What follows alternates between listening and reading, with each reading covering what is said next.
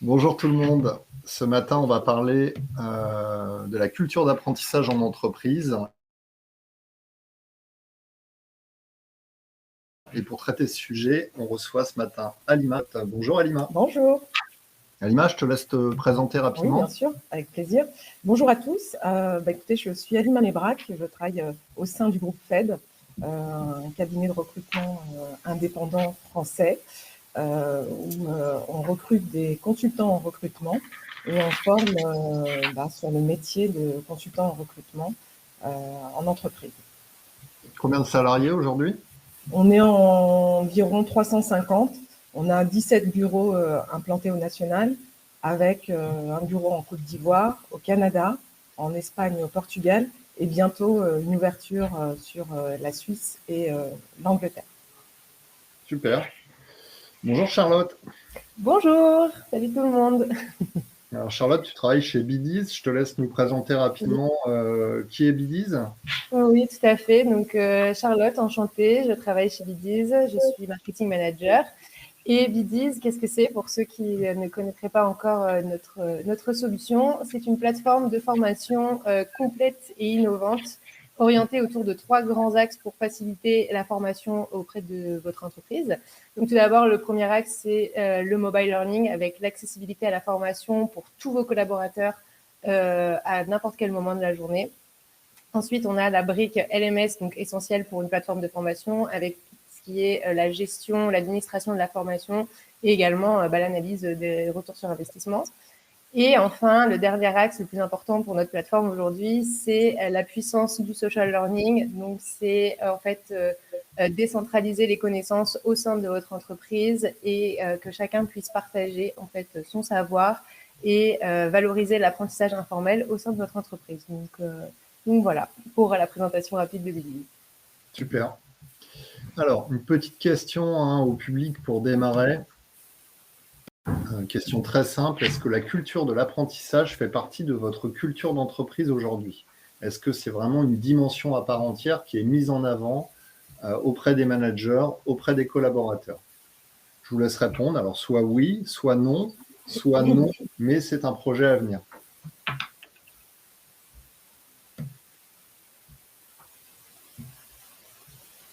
Une vingtaine de réponses. Je vous laisse encore quelques secondes. On a déjà une cinquantaine de personnes qui sont arrivées.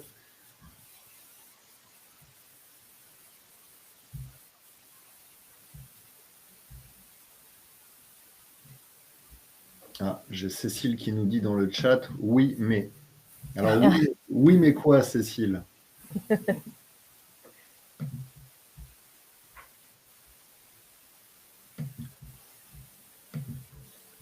Réponse, intellectuellement OK pour la culture d'apprentissage et dans l'opérationnel, pas de temps. Ça tombe bien parce que ce matin, Cécile, on va justement voir comment le mettre en place et puis finalement voir que, alors effectivement, ça prend peut-être un peu de temps au départ de construire une stratégie, mais ensuite, dans la phase de déploiement, c'est quelque chose qui peut être assez simple à déployer. En théorie, oui, l'application est plus difficile, en effet, nous dit aussi Lou. Alors, qu'est-ce que ça donne? Fin du vote. Donc, on a quand même 42% qui nous disent oui, 2% qui nous disent non et 15% qui nous disent c'est un projet à venir. OK. Et maintenant, on va vous expliquer comment Halima s'y est prise, pourquoi elle l'a fait. Alors, c'est toute une équipe qui travaille le sujet de fond.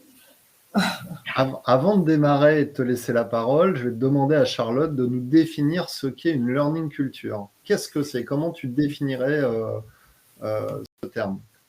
Alors, du coup, oui, une learning culture, c'est l'anglicisme de culture d'apprentissage. Les deux termes aujourd'hui sont utilisés dans le milieu.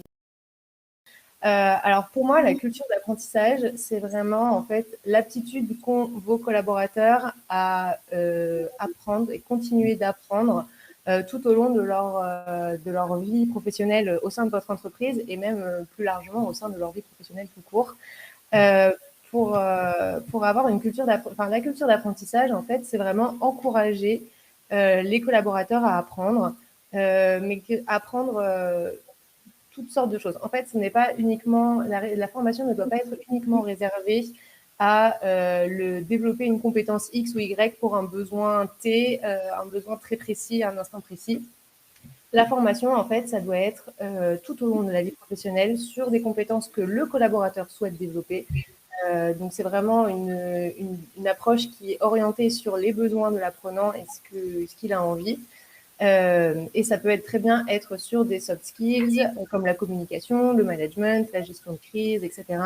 Et des hard skills pour effectivement performer dans son travail, bien faire les choses. Donc ça peut être des compétences manuelles ou des compétences, voilà, comment bien pitcher, comment bien parler, etc.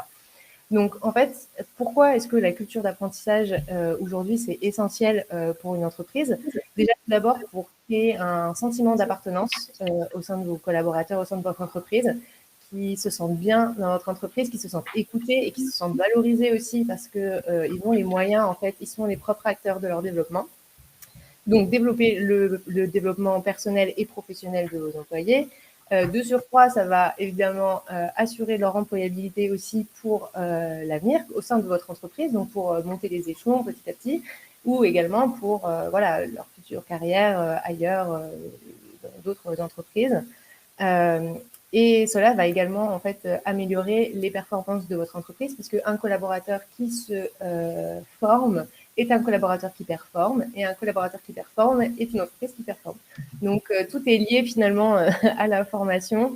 Et voilà, et le but ultime, en fait, de créer vraiment cette culture d'apprentissage, que tout le monde puisse avoir le moyen de se former, de se développer et est au courant de ça, ça résout aussi un problème majeur que rencontrent les entreprises aujourd'hui, c'est l'engagement des collaborateurs au sein de leur entreprise et également la valorisation de la marque employeur, pardon. Donc, vous allez avoir en fait une belle vitrine de votre entreprise, puisque vous allez voilà, valoriser en fait l'apprentissage au sein de votre entreprise. Vos collaborateurs sont performants et le disent également, donc votre marque employeur ne peut être que bien impactée par cette culture d'apprentissage. Donc en fait, ça a plusieurs bénéfices. Et on va voir comment aujourd'hui on peut mettre en place une culture d'apprentissage, parce que c'est bien beau de dire, voilà, c'est ce qu'il faut mettre en place aujourd'hui pour engager ses apprenants. Mais effectivement, ça demande un peu de stratégie, et au niveau de l'opérationnel, après, on va en discuter, mais vous allez voir, c'est pas si compliqué que ça. Ça marche. Je réponds juste à Pierre qui nous disait, par rapport au sondage, 42 plus 2 plus 15 n'est pas égal à 100%. En fait, il n'y a que 58% des participants qui ont répondu. Hein. C'est pour ça qu'on n'arrive pas sur un contrôle. Juste pour préciser. Hein. Alors, il y a Dominique qui nous dit: quelle différence faites-vous entre la formation, l'apprenance et l'apprentissage? Alors, moi, aujourd'hui, en fait, il y a trop de séparation, je trouve, entre la formation et l'apprentissage. Dans les pays anglophones, par exemple, on dit training. Et training ou learning, en fait, c'est plutôt même learning que training. Training, ça voudrait dire en fait formation. Et aujourd'hui, quand on parle de digital learning manager, learning, c'est vraiment apprentissage. Donc, j'aimerais en fait que aujourd'hui, je trouve que d'ailleurs le terme partir en formation devient de plus en plus péjoratif, puisque les collaborateurs disent: ah, je dois encore partir en formation, apprendre, encore passer une journée perdue entre guillemets à faire une formation, alors que en fait on devrait parler d'apprentissage en fait. C'est j'apprends des compétences qui sont importantes pour moi et pour mon travail, et aussi pour mon développement personnel, des soft skills, la communication, etc. Donc, au final, aujourd'hui, il y a une séparation entre formation et apprentissage, mais qui, selon moi, ne devrait plus exister. On devrait parler d'apprentissage au sens large. Ça marche. Alors, Alima, tu nous as envoyé un petit document qui représente en fait la culture d'apprentissage chez Fed. Et je vais te lancer sur ce petit schéma. Tu vas nous expliquer un peu comment tout ça a été mis en place, à quoi ça sert, déjà d'où vient ce projet, pourquoi avoir mis en place cette culture d'apprentissage dans l'entreprise, c'est quoi les objectifs visés initialement? Alors, effectivement, c'est le fruit de longues réflexions sur l'apprentissage au sein d'une société. comment les collaborateurs apprennent et comment les engager aussi dans leurs apprentissages. Alors, effectivement, ça a demandé de longues réflexions sur comment les adultes apprennent en milieu professionnel, ce qu'ils attendent de leur apprentissage et comment développer des compétences opérationnelles ou de l'ordre des soft skills. Donc, ça a été un travail de fond, de beaucoup de lectures. On a repris l'andragogie, clairement, pour savoir comment l'adulte se positionnait face à ses apprentissages et ce qu'il attendait aussi des apprentissages. Et ensuite, comment on pouvait l'intégrer, cette forme de pratique, dans le groupe. Donc, quand on reprend la théorie de Combe, on se rend bien compte que 70% de ce qui est retenu, c'est essentiellement de par la pratique et de ce que les gens ont mis en place et les actions mises en place dans leur quotidien. Donc, tout ça, ça a été le fruit d'une réflexion en collaboration avec les managers chez nous. On a analysé effectivement leurs besoins, leurs pratiques, leurs attentes, avec l'adhésion totale de la direction aussi, parce que ça a été un gros projet à mettre en place, puisqu'il fallait aussi changer notre philosophie. Merci, philosophie. J'ai perdu mes mots, mais donc du coup, voilà, fallait changer un peu notre approche pour faire adhérer et engager l'ensemble des parties prenantes. Donc, on a réfléchi et on s'est dit, aujourd'hui, on est sur de la formation descendante. On a des parcours un peu obligatoires. Tout le monde vient en formation quand on intègre des nouveaux. Ils ont un parcours défini et ils viennent en formation, ils retournent au bureau, ils reviennent en formation, etc., etc. Sauf que ça ne marchait pas. Les gens ne développaient pas suffisamment de compétences ou plus de compétences. Donc, on s'est dit, il faut qu'on devienne une société apprenante. Il faut qu'on remette la pratique au cœur du métier. Il faut que le manager redevienne finalement le centre de la pratique pour le nouveau collaborateur. Donc, le référent formateur, en fait. C'est ça. Et en fait, ce qu'on a réfléchi globalement, c'est qu'on avait besoin du manager, qu'on avait besoin que ses collaborateurs, quand ils arrivent chez FED, soient aussi accompagnés par leurs pairs, donc que ce soit en observation de rendez-vous en binôme, que ce soit en training interbureau. Donc, la pratique, essentiellement, sur le terrain, est délivrée par le manager, entre pairs, et on a même poussé notre réflexion en évoluant aussi, en faisant évoluer les postes vers des métiers de coach. Donc, ces consultants ont aussi vu évoluer leur poste vers des postes de consultants coach, qui fait que aujourd'hui, nos consultants, quand ils arrivent chez FED, ils sont accompagnés par leur manager, accompagnés par leur pairs et supervisés aussi par des coachs. Mais on s'est dit que ça ne suffisait pas. Il fallait qu'aussi on s'outille. Donc, on a cherché, on s'est rapproché de Bidis et finalement, le mobile learning convenait parfaitement parce qu'ils pouvaient apprendre à tout moment, n'importe quand, et en fonction de leurs besoins. Et c'était ça aussi notre objectif. C'était de développer des compétences en fonction du besoin de chacun. Chacun apprend à son rythme et on a une génération aussi qui va vite, qui veut apprendre à sa manière, à son rythme et qui veut pratiquer essentiellement. Donc, on a mis ces outils en place et ce qu'on a changé comme tendance, c'est l'approche de la formation présentielle. On n'est plus sur du théorique pur, on est sur de l'entraînement. Je viens me perfectionner en formation, essentiellement. Donc, ce qu'on a fait en parallèle, c'est qu'on a staffé aussi notre équipe formation. Donc, on a fait monter des collaborateurs en interne. Donc, tous nos consultants, tous nos formateurs sont des consultants opérationnels qu'on a formés à la formation de formateurs, qu'on a aussi formés à la conception pédagogique digitale. Donc, Bidis nous a accompagnés sur ce projet-là pour former des gens à concevoir des capsules, des modules en ligne. Et on s'est fait aussi en parallèle accompagner par Skillsday pour toute la partie ingénierie pédagogique. Donc, le parti pris, c'était on va chercher nos ressources internes et qui est le mieux placé pour former et délivrer de la formation, ce sont nos opérationnels. D'autant que toi, c'est des métiers où, parce qu'en ce moment, on parle beaucoup, par exemple, de recruter des potentiels plutôt que des compétences techniques. Le métier de consultant en recrutement, un des axes de recrutement pour recruter des recruteurs, c'est justement sur le potentiel. C'est ça. Et ce qu'il faut savoir, c'est qu'aujourd'hui, nos consultants qu'on recrute sortent d'écoles de commerce ou de l'université, il n'existe pas aujourd'hui d'école dédiée au métier de consultant en recrutement. Ce qui fait qu'on ne va pas aller chercher uniquement des compétences RH en recrutement, mais on va aller les chercher sur aussi des compétences dans le métier et on va les faire monter en compétences. Donc, on délivre quelque part, on est école de formation sur la partie recruteur, mais aussi sur la partie conseil client, accompagnement de nos clients pour effectivement être au plus près de leurs besoins et répondre le plus efficacement à leurs attentes. Alors, on va revenir sur cette pratique. Il y a une question de Pierre qui dit, au-delà de la praticité du format, les sociétés ne comptent-elles pas sur le e-learning aujourd'hui pour que les collaborateurs réalisent les formations en temps masqué?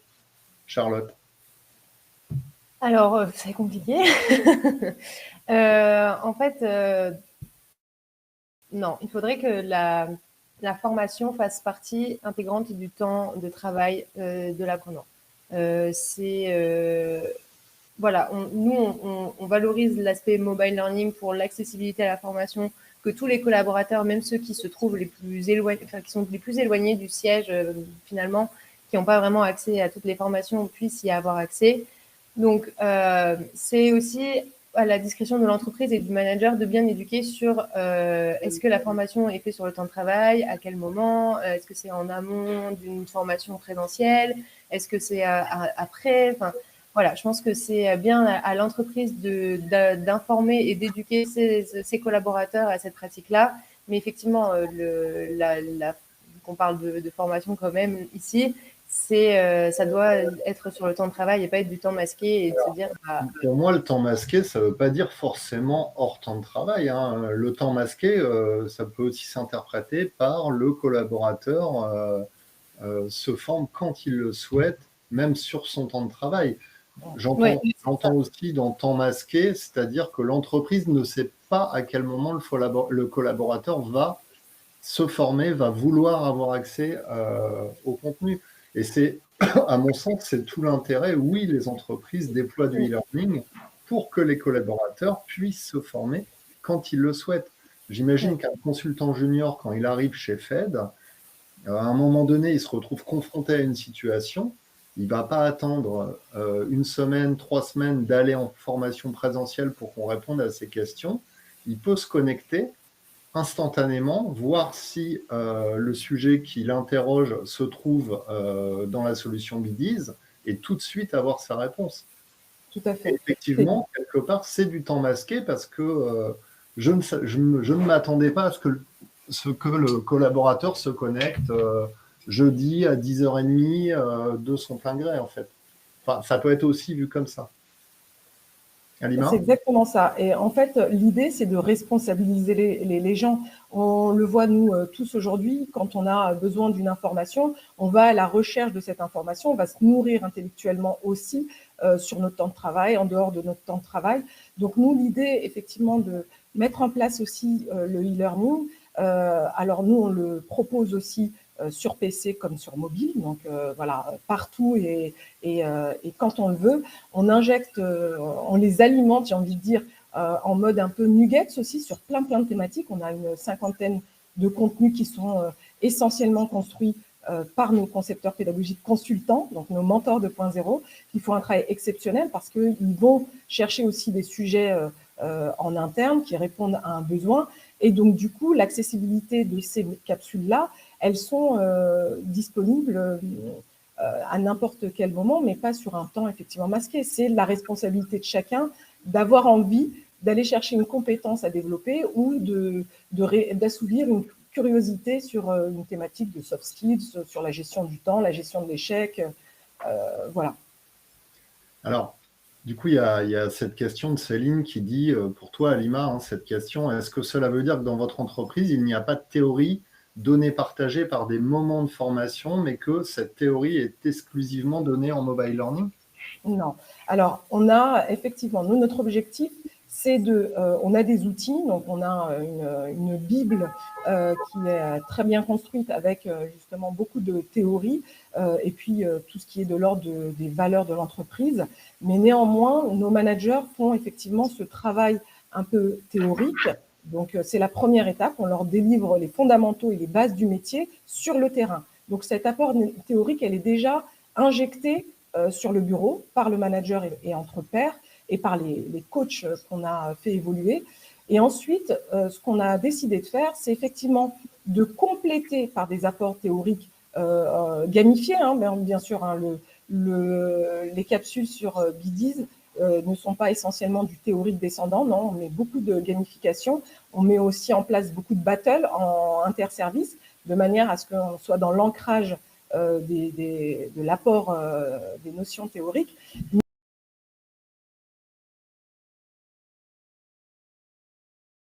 Mais en formation présentielle, on revient, on fait des refresh souris. Mais ce qu'on a mis en avant, c'est que la formation présentielle doit être essentiellement dédiée à de l'entraînement. On doit pouvoir venir en formation présentielle, s'essayer, s'entraîner, se perfectionner et pas passer des heures à descendre un contenu théorique pour finalement ressortir et se dire mais qu'est-ce que j'ai appris si ce n'est de la théorie? Non, je viens pratiquer et l'apport théorique, elle est insufflée tout au long du parcours d'intégration du collaborateur. En fait, ce que vous faites, c'est un peu du développement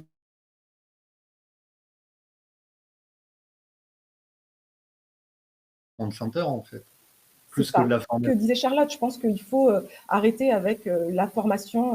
Le mot formation, en fait, est important, mais on est sur de l'entraînement. On vient se perfectionner quand on est sur de la formation, entre guillemets, mais il faut pouvoir monter en compétence tout au long de sa vie dans une entreprise. Donc, nous, nos parcours pour les nouveaux entrants, par exemple, sont dessinés sur une année à peu près.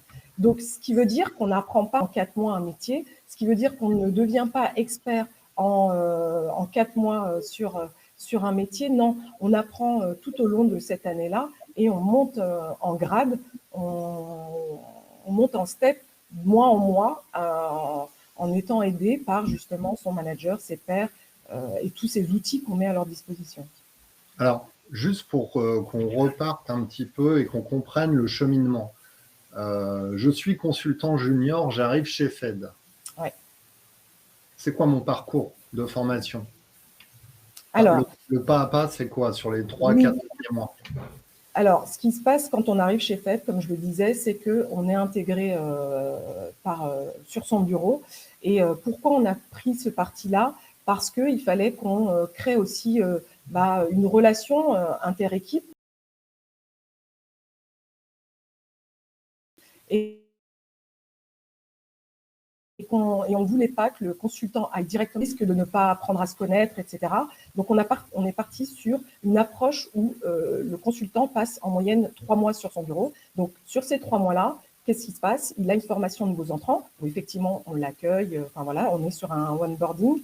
Et ensuite, sur ces 3 mois-là, on vient injecter des formations sur les hard skills, donc tout ce qui est de l'ordre du CRM ou sur des formations type métier.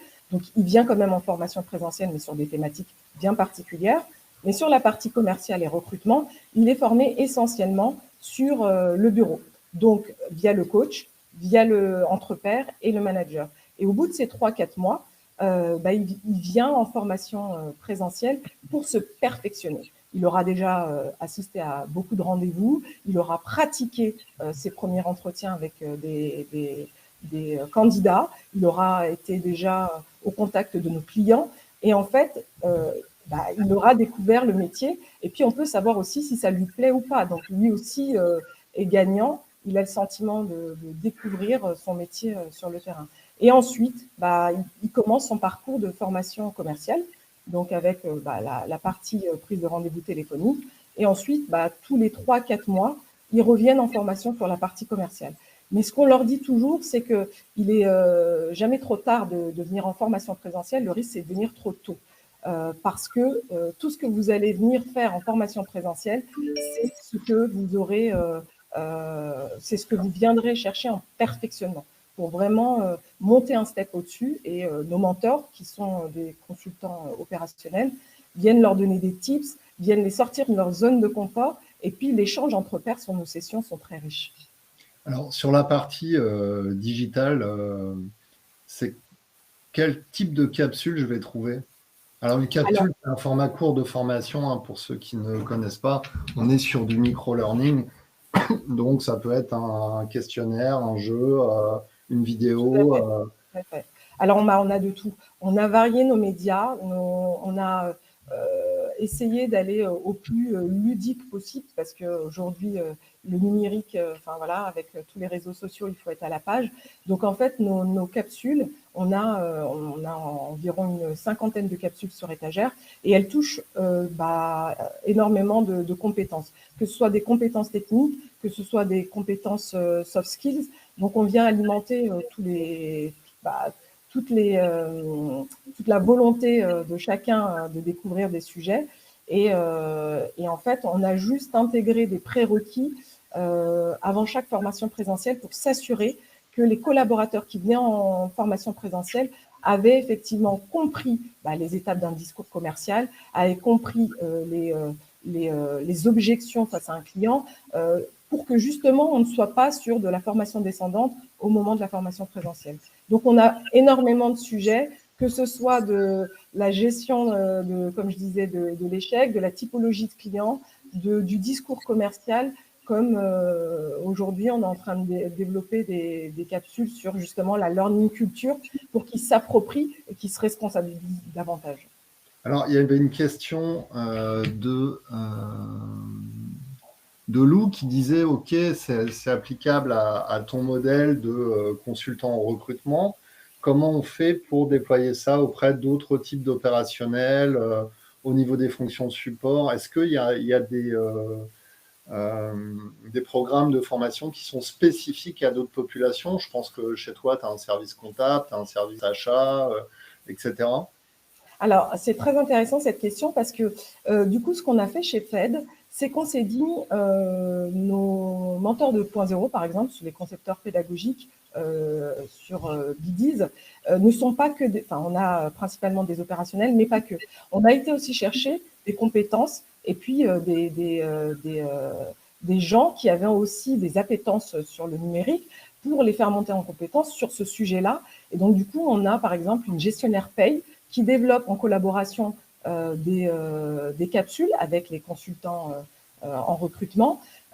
Et on a aussi des gestionnaires paye intérim qui délivrent de la formation aussi à nos consultants. Donc, on a été en fait chercher des compétences en interne, que ce soit sur nos consultants en recrutement, mais aussi chez nos business partners, pour les faire monter, encore une fois, en compétences sur leur domaine et que ils puissent déployer de la formation aussi, que ce soit sur leur sujet ou sur d'autres sujets. Donc, on a été chercher vraiment dans tout le groupe des gens qui avaient envie de former, il y avait des gens qui ont envie de transmettre et qui sont sur cette passion-là, et puis l'émotion. Et on est vraiment sur cette dynamique-là d'aller chercher l'émotion des gens et cette volonté de transmettre. Alors, Charlotte, il y a une question. Que faites-vous pour renforcer les ancrages et réduire la courbe d'oubli? Eh bien, tout simplement, nous, on a des différentes fonctionnalités sur notre plateforme et c'est le fait, en fait, de faire les formations une première fois, d'avoir des quiz également sur ces capsules, en fait, qui vont valider, en fait, la compétence et la connaissance acquise lors de la capsule. Également la possibilité de faire des battles entre collègues pour justement se défier un peu, se challenger, savoir qui va avoir le meilleur score, qui a appris le plus de choses. Il y a également aussi des tips qui sont en fait une courte vidéo ou un court texte pour expliquer comment faire une certaine chose, une certaine action, comment mettre en place quelque chose. Et puis tout simplement, il y a tout l'aspect en fait communauté et en fait on peut partager sur le flux différentes capsules à ses collaborateurs, à ses partenaires, en disant tiens, j'ai fait cette capsule, elle est hyper intéressante, je pense que ça peut beaucoup t'aider dans ton travail. Je t'incite grandement à la faire. Et en fait, c'est tout ce partage aussi entre collaborateurs qui va en fait fédérer la formation, l'apprentissage et faire que voilà, il y a aussi une sorte d'entrain sur la plateforme et de retenir en fait tout simplement les compétences vues dans les capsules.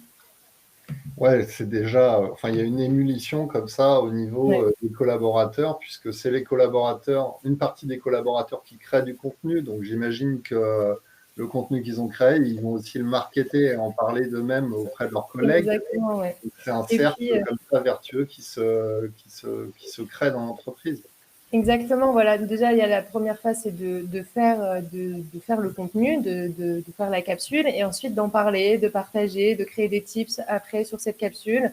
Et c'est ça qui va en fait avoir le plus d'impact sur la formation, c'est tout cet aspect social, apprentissage informel. Et en fait, les collaborateurs apprennent des autres et vont apprendre des compétences peut-être même sans avoir fait la formation, la capsule initiale, mais avec les différents tips, les différents partages vont apprendre informellement des compétences, des connaissances. Alors, Alima, il y a une question. Lou demande quels sont les taux d'engagement sur ces modules de mobile learning chez Fed. Alors, bon, ça dépend clairement des sujets, des capsules. Sur les capsules d'ordre commercial, donc dans le cadre de leurs activités, on est sur 80% de taux d'engagement.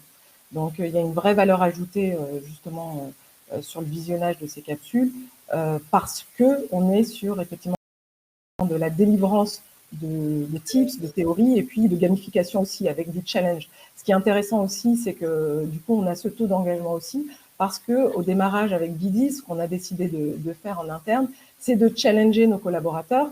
Donc, on avait mis en place des challenges de réalisation de capsules avec un podium et à la clé, on avait lancé des cartes cadeaux à gagner ou des repas au restaurant. C'était une vraie émulsion, les gens avaient adhéré, mais on a continué quand même à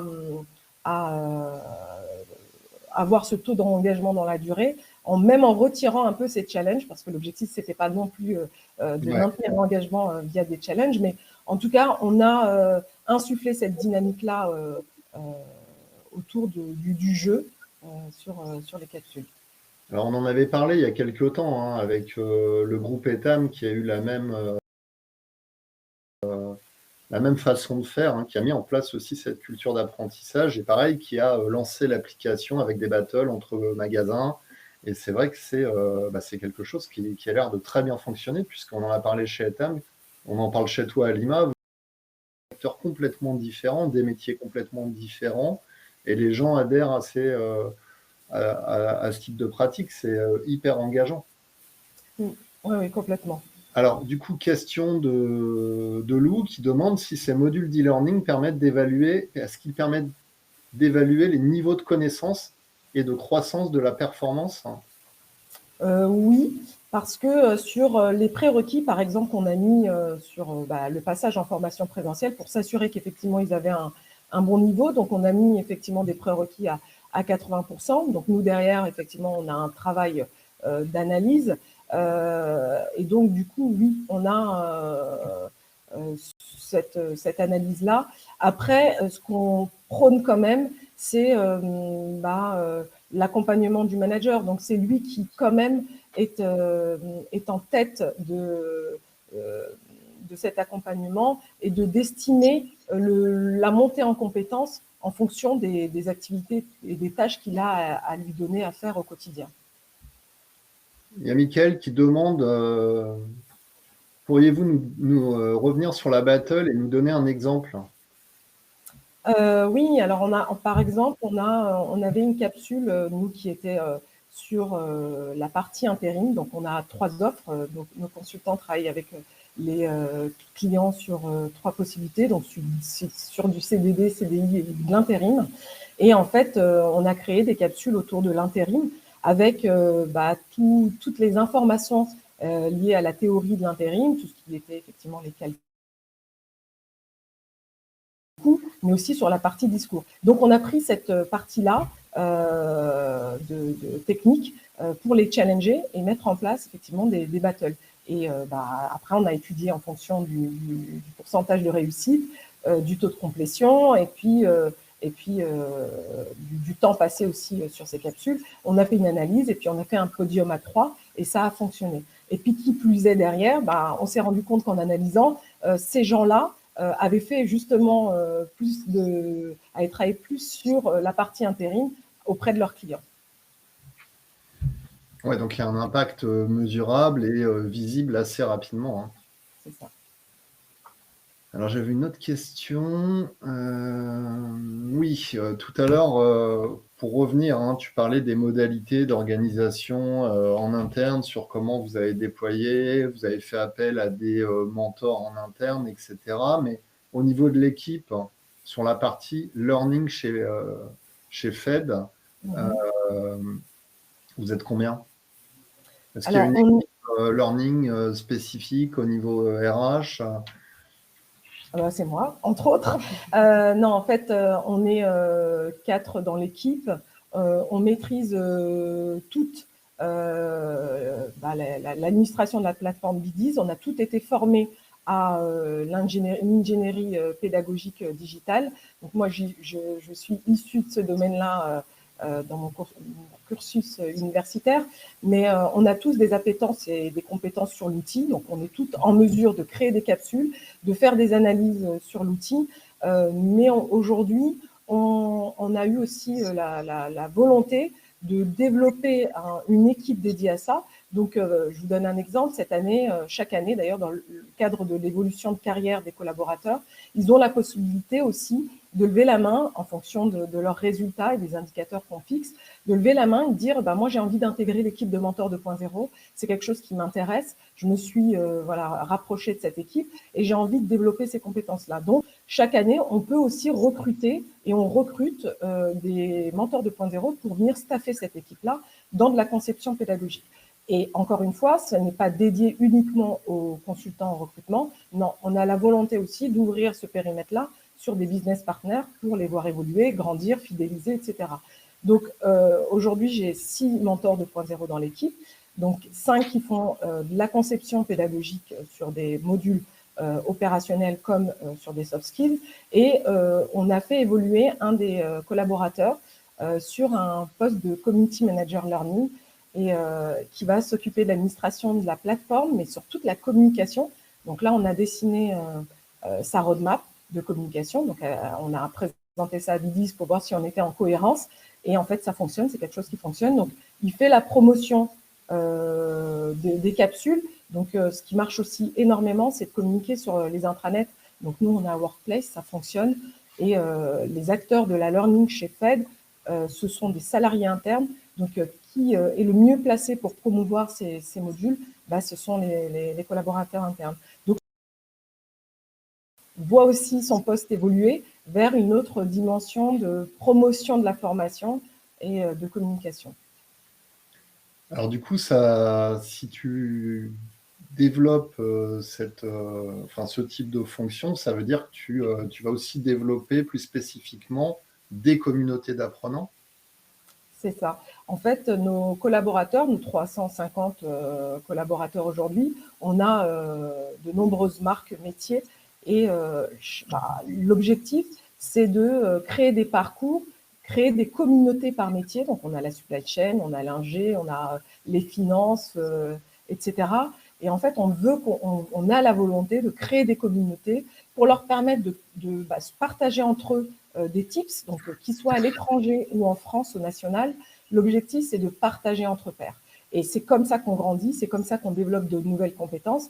Et c'est la meilleure chose qu'ils puissent faire, c'est de partager entre eux leur retour d'expérience à travers des communautés.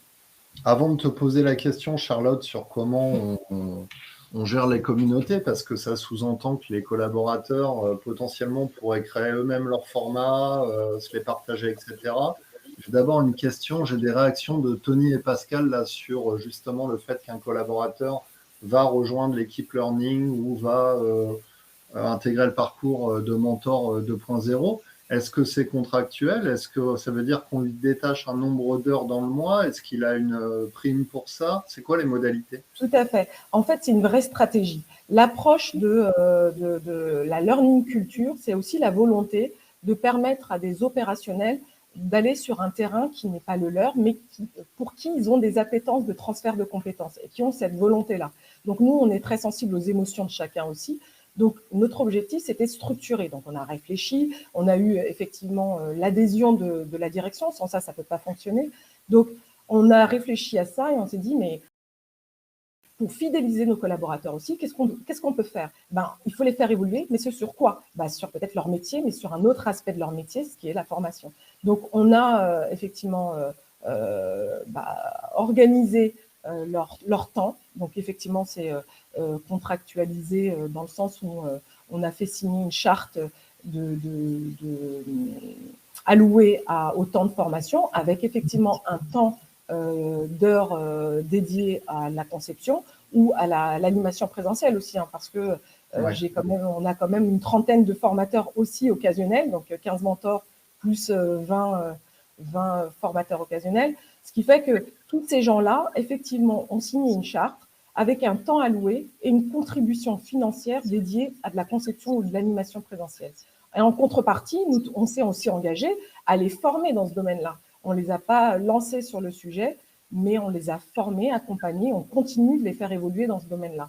Encore une fois, c'est gagnant-gagnant, c'est aussi pour fidéliser nos collaborateurs. Donc, c'est bien organisé, bien structuré, de manière à ce qu'aussi le manager sache combien de temps il a alloué, son collaborateur a alloué à la formation. Et c'est dans une relation aussi de confiance, parce que si demain, un manager vient nous voir en nous disant mon collaborateur ne peut plus, les règles sont établies dès le départ, il se met un peu en retrait pour développer son business, se reconcentrer sur la partie commerciale. Oui, parce que tu as potentiellement cette objection qui peut venir du management de dire non, il passe trop de temps ou je suis pas d'accord. Donc c'est quand même bien qu'il y ait quelque chose qui soit formalisé dès le départ pour éviter que le manager fasse de la rétention, tu vois, bloque un peu le. Après, on a, même dans nos managers, en fait, ça a été aussi un travail de fond. On les a accompagnés aussi dans cette démarche-là. Ils ont la volonté de faire progresser leurs collaborateurs parce que c'est comme ça qu'on fidélise et qu'on rend les gens heureux.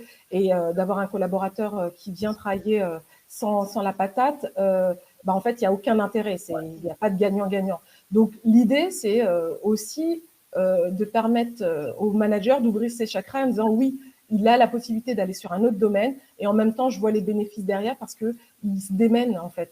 Il est heureux, il fait plusieurs choses, mais il est aux attendus. Et s'il ne l'est pas, on est dans une relation, dans une étroite collaboration. Il nous appelle service RH et il en discute avec son collaborateur. On ne fait pas machine arrière, on n'arrête pas tout. Non, on met juste un temps off et puis il se concentre sur son business. Donc, il n'y a pas de malaise. On est vraiment il n'y a pas de zone d'ombre. On est dans une relation. Ça répond à la question de Pascal. Pascal, non, le collaborateur ne quitte pas ses fonctions. Il vient développer d'autres compétences sur un temps qui est imparti pour le faire. C'est ça. Charlotte, avant de passer à la notion de communauté, là, je me disais en même temps, bon, ok, les collaborateurs, on a les mentors 2.0, on a la RH qui crée des contenus. J'imagine que Bidis propose également des contenus sur étagère. On n'est pas obligé de tout créer en partant de zéro. Tout à fait. Bien que l'outil auteur de Bidis soit extrêmement facile et simple à prendre en main, on a de nombreux retours et c'est vrai que voilà, ça permet aux collaborateurs qui ne sont pas formateurs de base de pouvoir créer du contenu facilement et rapidement. Nous-mêmes, on en fait l'expérience chez Bidis. Moi, je crée du contenu sur la plateforme alors que j'ai pas du tout je suis pas formatrice de base. Mais Bidis propose également effectivement des capsules sur étagère. Donc, on a un pôle contenu ici au sein de Bidis qui crée plusieurs fois par trimestre 2 parcours de formation qui sont aussi bien sur des thématiques soft skills, donc le management, la gestion de crise, le développement personnel, et également sur des thématiques gestion, comment prendre en main de la suite Google, par exemple, Teams, comment travailler avec certains outils, et également sur la qualité de vie au travail. Beaucoup de parcours qui sont disponibles. Je vous incite à aller voir sur notre site internet si vous voulez plus de renseignements par rapport à ces capsules. Mais voilà, ça permet déjà d'arriver et de dire aux clients, on a déjà des contenus sur des thèmes soft skills que vous pouvez proposer à vos collaborateurs et à vos managers. C'est vraiment dédié à tout le monde au sein des entreprises. Et ensuite, voilà, les entreprises viennent créer leur formation plus sur les compétences techniques, les particularités de leur entreprise. Alors, pour revenir à cette communauté d'apprenants, on a parlé d'un Learning Community Manager. Donc, moi, ça me laisse entendre que finalement, on est presque dans un réseau social de formation, quelque part. Comment ça s'orchestre tout ça, Charlotte? C'est quoi exactement? Alors, effectivement, nous, chez Bidis, on encourage la mise en place de ces postes au sein des entreprises. C'est vrai que le groupe FED est notre premier client à vraiment créer un poste de Learning Community Manager. Donc, vraiment quelqu'un qui va venir animer la plateforme, partager des contenus, animer les communautés, tout simplement. Et donc, ça peut faire penser à des réseaux sociaux, comme il y a plusieurs années où il y a eu la création du poste de Community Manager pour les réseaux sociaux. Et nous, par contre, chez Bidis, on souhaite pas être un réseau social d'entreprise. Je m'explique, il y a des plateformes type WhatsApp, Teams, etc. pour échanger entre collègues. Sur Bidis, l'important, c'est de créer des communautés et les fédérer vers l'apprentissage et le partage des connaissances. Donc, les communautés peuvent se créer par intérêt, par fonction, par groupe d'apprenants. C'est à l'entreprise de choisir cela. Et bien sûr, en collaboration avec Bidis pour la gestion de projet. Et voilà, donc c'est la gestion de la communauté. Et il y a aussi dedans la partie, j'identifie en fait les ambassadeurs, mes collaborateurs qui partagent le plus de contenu, qui font le plus de capsules et d'animer eux aussi la plateforme, de partager du contenu. Et en fait, c'est en voyant en fait plusieurs ambassadeurs qui partagent du contenu, qui commentent, qui font des tips, plus les autres collaborateurs vont être amenés à faire la même chose. En fait, c'est un effet de boule de neige. C'est comme sur les réseaux sociaux, plus on partage, plus on voit des partages, plus on a envie de partager. Donc c'est ça en fait qu'on veut créer chez Bidis, c'est vraiment la décentralisation des connaissances, que l'apprenant devienne sachant, que le sachant devienne apprenant. Voilà, qu'il n'y ait plus en fait cette limite entre la formation descendante. J'apprends uniquement de mon formateur. Non, j'apprends aussi de mes pairs de façon informelle, via un commentaire, via un tips, via une capsule partagée. Et c'est ça en fait qui fait aussi fédérer l'entreprise et la culture d'apprentissage. C'est tout ce partage et tout cet aspect social entre pairs. Ça démocratise la formation en entreprise. Donc, tout à fait. Et ça n'est plus vu comme une contrainte finalement. Là où on disait, comme vous disiez au début du webinaire, partir en formation, c'est souvent une contrainte pour les collaborateurs. Ils ont l'impression de perdre une journée de travail. Mais au final, voilà, d'avoir ces temps, comme on dit, temps masqués, où j'apprends sans vraiment le savoir finalement des autres. Ça démocratise complètement la formation et ça ne devient plus une contrainte et ça fait partie du quotidien en fait, comme les réseaux sociaux finalement, à leur propre utilisation, Bidis devient naturel. Halima, c'est quoi les prochaines étapes? Les prochaines étapes, effectivement, là, on est en train de développer d'autres capsules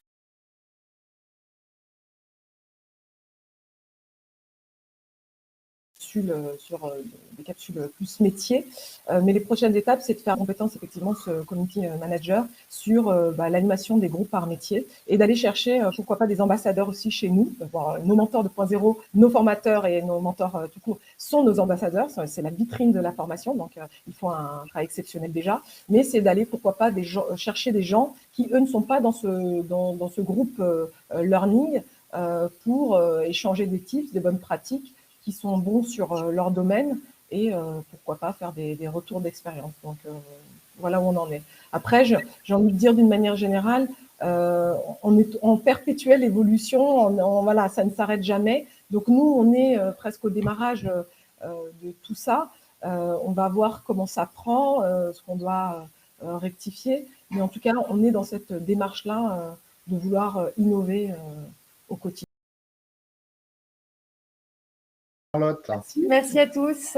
Merci à tous d'avoir été présents ce matin. Je vois Leslie qui demande s'il va y avoir un replay. Oui, le replay sera disponible demain matin sur MyRH Line. Merci beaucoup. Je vous souhaite une très bonne journée. Merci à tous. Très belle journée. À bientôt. Au revoir.